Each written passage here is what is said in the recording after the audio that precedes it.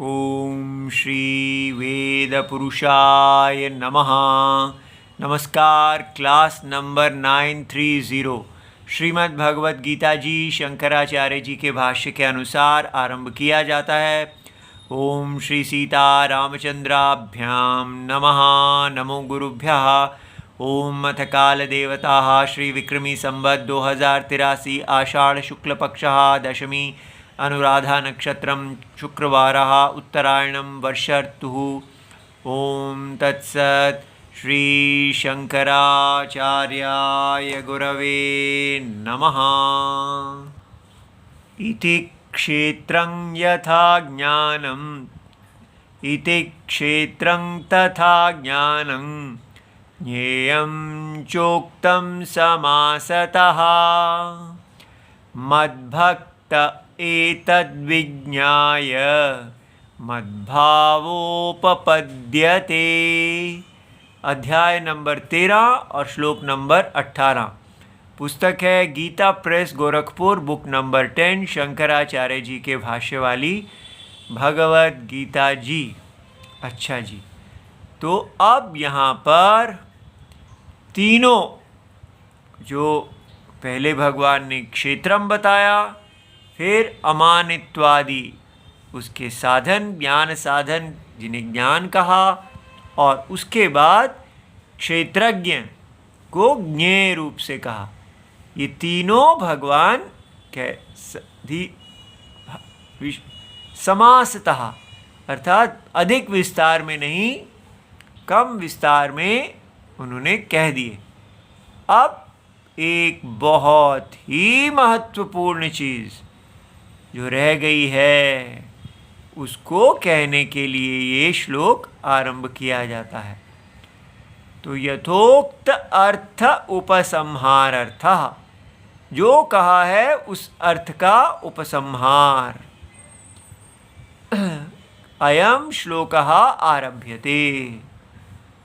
तो उपसंहार में क्या कहेंगे भगवान, ये देखिए। इति एवं क्षेत्रम।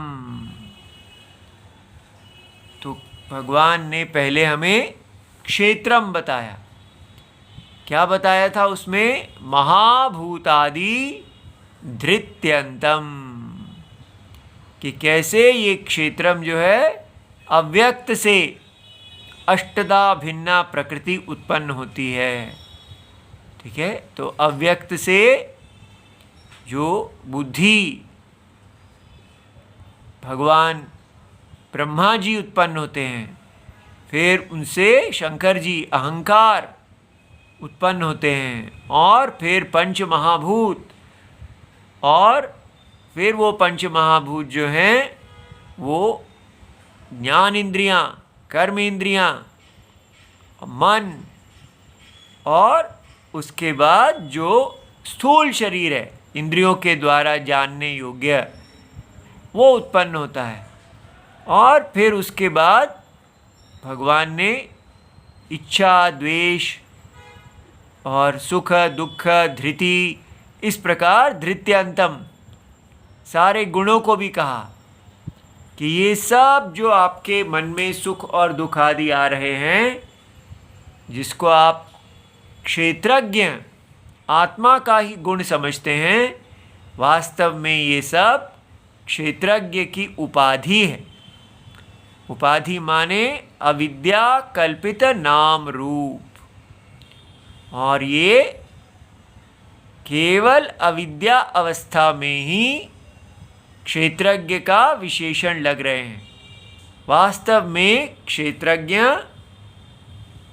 जो है वो विलक्षण है, वो तो परम सत्य है, और अविद्या में वो जीव इसको धारण करने से, इसमें आत्मबुद्धि करने से अपने आप को संसारी देख रहे हैं। तो क्षेत्रम में जिसका आत्मभाव है वो संसारी जीव होता है, और जो सारे क्षेत्र को और इस संसारी जीव दोनों को धारण किए हुए निरुपाधिक परम सत्य है, वो परमेश्वर है। इस प्रकार तथा ज्ञानम। और इसको बताने के बाद अमानित्वादि तत्व ज्ञान अर्थ दर्शनम पर्यंतम, ये सारा जो अनुष्ठान करने के लिए कहा कि आप सदा आत्मा के जो गुण हैं, आत्मा सदा मान और अपमान से मुक्त रहती है, क्योंकि वो उसका आत्मा है। जैसे जल सदा लहरों के मान अपमान से मुक्त रहते हैं, क्योंकि वो आत्मा है। आत्मा माने सत्यम, व्याप्त। तो इस प्रकार वो बताए गए। तो क्षेत्रम और ज्ञानम, फिर क्या बताया गया? ज्ञेयम, ज्ञेयम च। तो ज्ञेयम यत्तत् प्रवक्ष्यामि, इस श्लोक से शुरू किया। और कल का जो हमारा था, तमसा परम उच्यते ज्योतिषाम ज्योति इति एवं अंतम उक्तम समासतः। तो ये सब मैंने आपको बड़े संक्षेप में बता दिया। और ये सब क्या है? अब देखिए, एतावान सर्वो ही वेद अर्थः, सारा का सारा वेद, इतना विस्तृत वेद, इतना ही है। कितनी बड़ी बात! इस संसार में जानने योग्य क्षेत्र, क्षेत्रज्ञ और उसको धारण करने वाले परम सत्य, क्षेत्र क्षेत्रज्ञ के उपाय से परम सत्य को जानना और उसका जो साधन है वो जानना। तो इतने में ही सारा का सारा वेद अर्थ और गीता अर्थ च और भगवत गीता जी ने भी जो कुछ बताना है वो यही है। सब उपसंहृत्य उक्तः, उसका उपसंहार, उसको पूर्ण करके कह दिया गया। देखिए कितनी बड़ी बात है। इतना विस्तृत शास्त्रम, माने वेद अर्थ कहने से पुराणों में और इतिहास में, सारे अध्यात्म ग्रंथों में ये ही अर्थ का विस्तार है। अब प्रश्न बहुत बड़ा सामने रखा जाता है।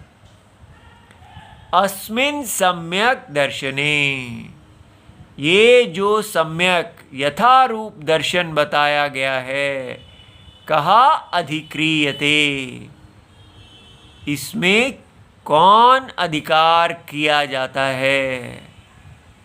शास्त्र किसको अधिकार देता है इस सम्यक दर्शन में अधिकार? इति उच्यते, ये बहुत बड़ी बात है। ये क्या बात है जी? किसी को अधिकार है और किसी को अधिकार नहीं है? हम तो समानतावादी हैं। आप किसी को अधिकार देते हैं, किसी को नहीं देते, ये तो अच्छा नहीं है। सबको समान अधिकार होना चाहिए। क्यों होना चाहिए जी? क्यों नहीं होना चाहिए?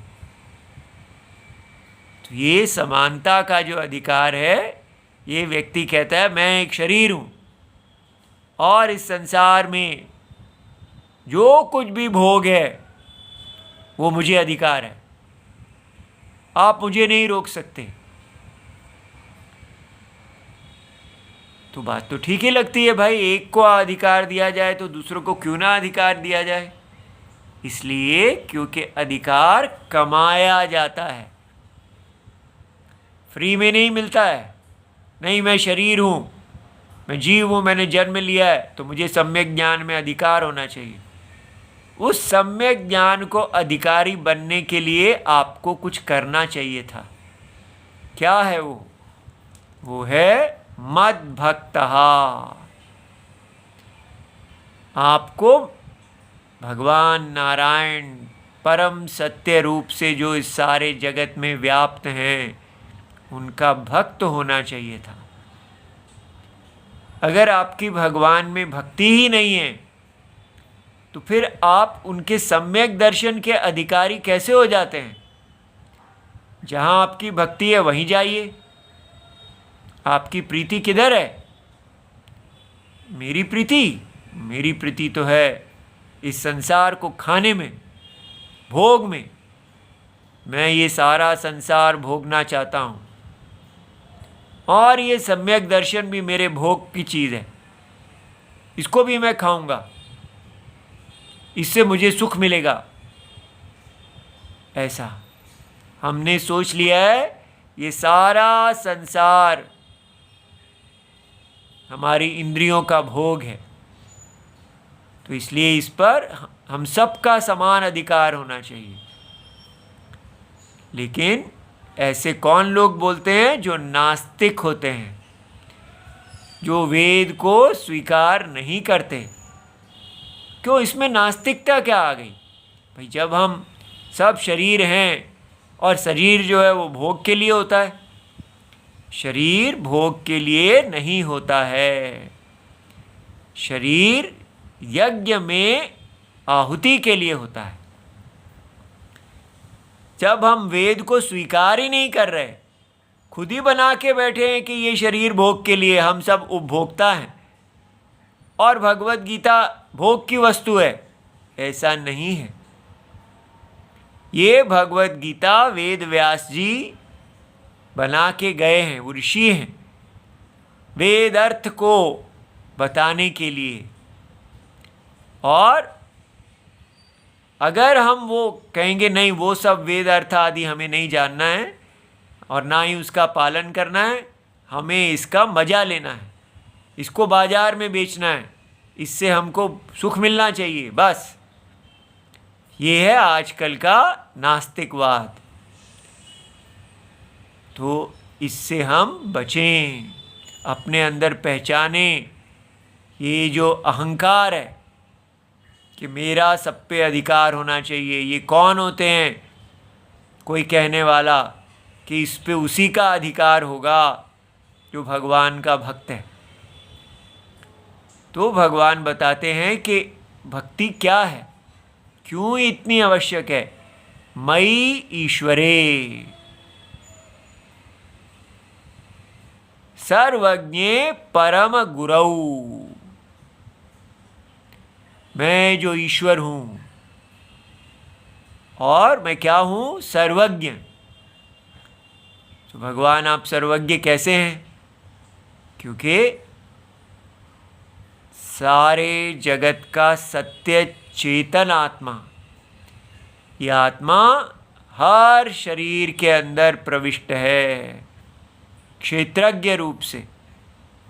तो इसलिए सारे जीवों को जो भी ज्ञान प्राप्त है वो सब इस क्षेत्रज्ञ का ही है, इस ईश्वर का ही है। क्योंकि सारी प्रकृति, नाम और रूप भगवान से ही व्यक्त हुए हैं और स्वयं भगवान ही सारे जीवों में प्रविष्ट हैं बिना किसी प्रवेश किए, अविद्या कल्पित। इसलिए ये सर्वज्ञत्वम समझना है। इसलिए भगवान परम गुरु हैं। देखिए, ये कोई आज की बात नहीं है, सदा से भगवान ही हमारे गुरुजी हैं। यही संप्रदाय जो भगवान को परम गुरु नहीं मानता, अपने ही संप्रदाय में पड़ा हुआ है, वो भगवान से गिर जाएगा। हमें अगर एक तरफ हमारे संप्रदाय के गुरुजी कुछ कह रहे हैं और दूसरी तरफ परम गुरुजी कुछ कह रहे हैं, तो परम गुरुजी फर्स्ट एंड परम गुरुजी लास्ट। पहले अंतरात्मा भगवान की ही बात मानी जाएगी। ठीक है, इसलिए ये बहुत बड़ा शब्द है। भगवान शंकराचार्य जी ने परम क्यों लगाया? तो ऐसा नहीं है कि हम किसी जो लोकल जो शरीर रूप में उपलब्ध अपने गुरुजी से नहीं पढ़ते हैं। गुरु परंपरा है, हम गुरुजी के पास जाते हैं, लेकिन हम उन गुरुजी में परम गुरु बुद्धि नहीं रखते। एक संप्रदाय है और आदि गुरु सदा भगवान नारायण ही हैं। और विरोध अगर होगा तो कभी भी भगवान नारायण को नहीं छोड़ेंगे। सब कुछ छूट जाए लेकिन परम गुरु कभी ना छूटें। ठीक है, तो वो परम गुरु कौन है? वासुदेवे, जगत की आत्मा, जो सारे जगत को वास प्रदान कर रहे हैं, जो वसुदेव जी के पुत्र के रूप में, श्री कृष्ण जी के रूप में अवतार ग्रहण करने वाले हैं। समर्पित सर्व आत्म भावः। तो भगवान में आपने क्या समर्पित करना है? सर्वात्म भावः, कि हे भगवान आप सब जगत के आत्मा हैं, सर्वात्मा हैं, और हम आपको कृष्ण देह में देखें या राम देह में देखें, लेकिन आप जगत की सर्वात्मा हैं और हम आप में अपने आप को आप में ही देखते हैं, अपने आप को आपसे अन्य नहीं देखते। ठीक है, तो समर्पित सर्व आत्म भावः, अर्थात हमारा आत्मा, हम किसको आत्मा मानते हैं? हम क्षेत्र को आत्मा समझते हैं। तो हम क्या करेंगे? अपनी देह को भगवान की देह के अंदर देखेंगे कि यहाँ पर भगवान नारायण की ही देह है। ठीक है, इस प्रकार अपनी इंद्रियां, जिसको हम सोच रहे हैं ये छोटी छोटी इंद्रियां हैं, नहीं, यहाँ तो समष्टि भगवान नारायण की ही इंद्रियां हैं। मन, ये भगवान नारायण का ही मन है, और बुद्धि, ये भगवान नारायण ही इस बुद्धि रूप में, आत्मा रूप में है। अव्यक्त सुषुप्ति, भगवान नारायण की ही ये सुषुप्ति है। इस प्रकार सब कुछ जिसको हम आत्मभाव समझते थे कि मेरा है, वो अब भगवान की देह से व्याप्त हो गया। और जो क्षेत्रज्ञ है, चलो वो तो मैं हूँ, नहीं, वो भी स्वयं भगवान परमात्मा ही है।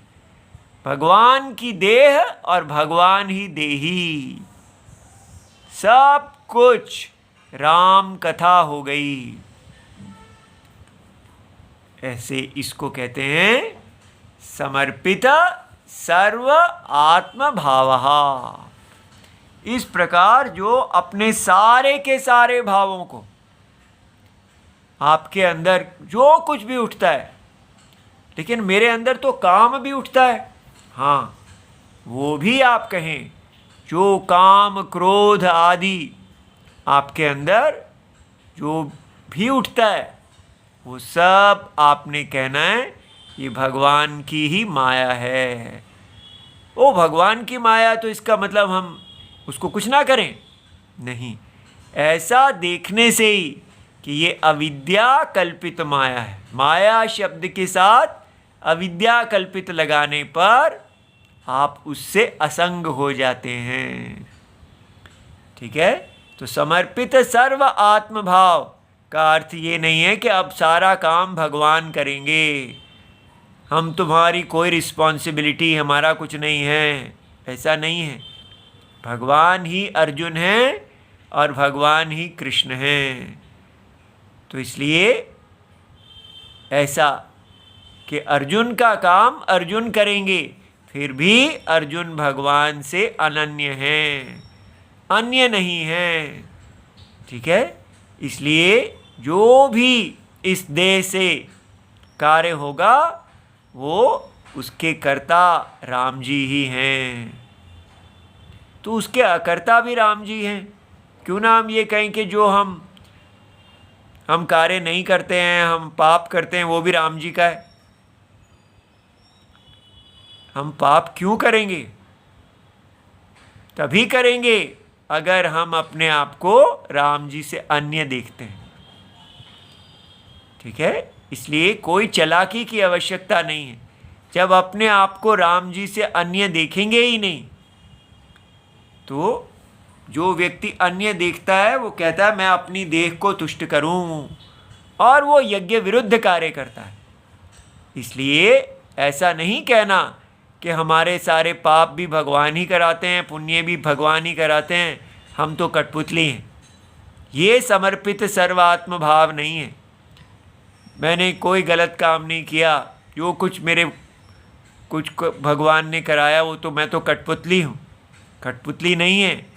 ये सारा प्रत्यय धारण करना ये हमारा पुरुषार्थ है। इस सारे यज्ञ में अपने स्थान को देखना और उस यज्ञ स्थान में भगवान की आज्ञा के अनुसार ही रहना, ये है समर्पित सर्वात्म भाव। अपने सारे भावों को आपने भगवान में समर्पित कर दिया। यह पश्यति यत् पश्यति शृणोति स्पृशति। अब शंकराचार्य जी समझा रहे हैं, जो कुछ भी आप स्पर्श करते हैं, देखते हैं, सुनते हैं, वो सर्वमेव भगवान वासुदेवः इति। इस प्रकार विश्वरूप दर्शनम, यहाँ कोई बाजार इत्यादि है ही नहीं, स्वयं यज्ञ रूप नारायण ही हैं, दृष्टा दृश्य सब। कोई भय नहीं, कितना भी भय आ जाए आपके लिए केवल राम जी ही हैं। उसमें जो करने योग्य है कीजिए। इति एवं ग्रह आविष्ट बुद्धि मद भक्तः। इस प्रकार ये आग्रह आविष्ट बुद्धि, जैसे आपको ये बुद्धि आपके अंदर प्रवेश कर गई है, ठीक है, और आप इस पे पूरी तरह अड़े हुए हैं कि ये तो मैं नहीं छोड़ूंगा। ये बहुत बड़ी तपस्या है। सो भक्ति जो है उसको सदा जैसे दीपक को बचा के रखना पड़ता है, हवा से में तेल डालना पड़ता है, उसको चलाए रखना पड़ता है। ठीक है, इसलिए सदा अपनी भक्ति की रक्षा करते हुए भगवान में बने रहना। तो ऐसा जो भक्त है उसको सम्यक दर्शन में अधिकार है। सह एतद् यथोक्तम सम्यक दर्शनम विज्ञाय। जो इस प्रकार इस सम्यक दर्शन को जान लेता है, मद भावाय मम भावः मद भावः परमात्म भावः तस्मै मद भावाय उपपद्यते मोक्षम गच्छति। तो वो मेरे ही भाव को प्राप्त हो जाता है। तो कैसे आजकल इसका अर्थ करने लग गए हैं कि वो मेरे आकार का हो जाता है, वो भी चतुर्भुज, मैं चतुर्भुज रूप हूँ तो वो भी चतुर्भुज विष्णु हो जाता है, उसके भी कपड़े पीतांबर हो जाते हैं, उसका रूप उस तो सायुज्य वो मेरे साथ आके जुड़ जाता है, मेरा विशेषण हो जाता है। ऐसे करके नए अर्थ दिए जा रहे हैं। और कहाँ प्रसंग क्या चल रहा था कि भगवान इस सारी अविद्या कल्पित माया के निरुपाधिक परम सत्य हैं। तो मद भाव का अर्थ होना चाहिए कि वो निरुपाधिक परम ब्रह्म हो जाता है। ठीक है, तो परम आत्म भाव ना कि कृष्ण जी के शरीर के अंदर पहुंच जाता है। ठीक है, ऐसा समझना चाहिए। तो इसी समय अब हम नारद जी भक्ति के विषय में क्या कहते हैं वो देखें। ये नारद जी के भक्ति सूत्र हैं जिनका बड़ा आदर है। बड़ी कृपा से ये हमारे सामने आज आए हैं। तो नारद जी कहते हैं, बीच में से ही लिया जा रहा है, तल लक्षणानि वाच्यन्ते। तो भक्ति के लक्षण बताए जाते हैं। नाना मत भेदात, अनेक विद्वानों के मत लिए जाएंगे। तब नारद जी कहते हैं कि पहले हम आपको पाराशर्य का मत देते हैं, अर्थात पराशर जी के पुत्र वेद व्यास जी क्या कहते हैं। तो पूजा आदिषु अनुरागः इति। तो कहा कि जो व्यक्ति भगवान की पूजा आदि करते हैं उनको वो भक्त हैं। तो जैसे आजकल लड्डू गोपाल आदि को भगवान को खिलाना पिलाना आदि सब करना, वो भक्ति है। लेकिन फिर गर्ग जी का मत दिया जाता है, वो कहते हैं कथा आदिषु इति गर्गः। लेकिन गर्ग जी कहते हैं ये तो ठीक है, पूजा के साथ साथ आपको सदा भगवान का ही की वर्णन करना चाहिए। उन्हीं की कथा में ही आपको आनंद आता है, आप और किसी विषय में रुचि ही नहीं रखते। तो पूजा में नहीं केवल सीमित रहना, पूजा के साथ साथ चर्चा भी आप केवल भगवान की ही करते हैं, उनकी लीलाओं की, उनके तत्व की, उनके ही विषय की।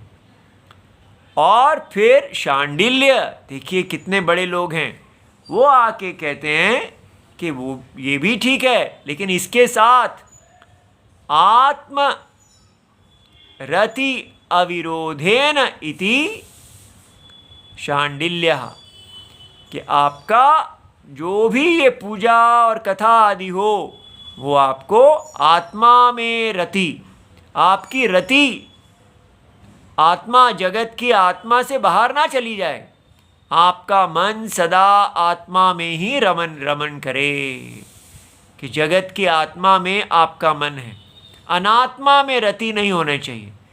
तो इसलिए आपकी पूजा और आप जो चर्चाएं कर रहे हैं उसमें मन सदा मन आत्मा में ही प्रेम करने वाला हो, ऐसा शांडिल्य जी कहते हैं। तब नारद जी आके कहते हैं वो तो सारे ठीक है, लेकिन अब हम आपको एक ऐसी परिभाषा बताते हैं जो पूरी तरह भक्ति को बताएगी। नारदस्तु तत् अर्पित अखिल आचारता, सारा का सारा आचार, जैसे अभी शंकराचार्य जी ने कहा समर्पित सर्व आत्मभाव। देखिए आप जो कुछ भी कार्य कर रहे हैं वो हरि आज्ञा के अनुसार पूरी तरह हरि आज्ञा में घुल गए। राम और राम चाकर में भेद ही नहीं रहा, अभेद। और इतना ही नहीं, तद विस्मरणे, लेकिन अगर आपको भगवान की भेद का के साथ अभेद का विस्मरण हो गया, भूल गए, तो क्या होगा? परम व्याकुलता इति, आप भगवान से एक क्षण के लिए भी अन्य हुए तो आपको कितना व्याकुलता होगा। ये क्या कर लिया मैंने, किस विचार में मैं चला गया, अपने भगवान को मैंने छोड़ दिया और वापस आप राम जी के अंदर प्रवेश कर जाएं। ठीक है, इस प्रकार नारद जी भक्ति की परिभाषा देते हैं। तो अस्तु एवं ऐसा ही होना चाहिए, यही ठीक है। तो कहते हैं ऐसी भक्ति का कोई उदाहरण है? तो कहते हैं जैसे व्रज गोपिका नाम, व्रज की जो गोपियां हैं उनकी ऐसी ही भक्ति है, वो सदा सब कुछ भगवान के लिए ही करती हैं। तो सब कुछ का अर्थ समझना है स्वधर्म, स्त्री धर्म, शास्त्रीय धर्म। ये नहीं कि जो भी आप कर रहे हैं अशास्त्रीय, वो सब मैं भगवान के लिए कर रहा हूँ। ये आजकल चल पड़ा है। आप ये मॉडलिंग क्यों करती हैं? क्योंकि ये मैं भगवान के लिए करती हूँ, ऐसा नहीं। तो व्रज गोपियाँ जैसे जीती थीं। तो लेकिन एक प्रश्न उठाया जाता है, लेकिन तत्रपि माहात्म्य ज्ञान विस्मृति अपवादः, लेकिन व्रज गोपियों को तो नहीं पता था कि भगवान कृष्ण जगत की आत्मा है। वो तो उनको अपना एक वो समझती थी कि वहीं का, उनको उनसे प्यार था, व्रज के गोपाल से, और उनकी भक्ति में अन्यत्वम होगा, तद विहीनम जाराणामिव। तो इसलिए जैसे कोई आपका मित्र होता है तो उसमें आपको एक प्रीति होती है कि ये, वहाँ आप कहते हैं कि अगर मेरे मित्र को कुछ हुआ तो मेरे को कुछ हो जाएगा, ऐसा भेद होता है वहाँ पर। तो नास्ति एव तस्मिन् तत् सुख सुखित्वम, लेकिन यहाँ वो भी नहीं होता। जो कोई आपका प्रिय है उसमें आप कहते हैं उसके सुख में मेरा सुख है, लेकिन भगवान के साथ जब आप प्रेम करते हैं तो उसका और मेरे का भेद नहीं रह जाता। ये नहीं कहते कि भगवान इसमें सुखी हैं तो मैं भी सुखी हूँ। आप कहते हैं मैं और भगवान में अभेद है। इसलिए लोकल जो बताया जाता है कि उसने अपने प्यार के लिए अपने आप को छोड़ दिया, अपने सुख को छोड़ दिया, लेकिन जिससे प्यार किया उसके लिए किया, लेकिन यहाँ नहीं है ऐसा। यहाँ पर जिससे आप प्यार कर रहे हैं और प्यार करने वाले में अभेद है, ठीक है। तो ये जार की तरह नहीं है, यहाँ केवल प्यार ही प्यार पले। ये बहुत सुंदर तपस्यामयी भक्ति है। ओम नमो भगवते वासुदेवाय। प्रणाम।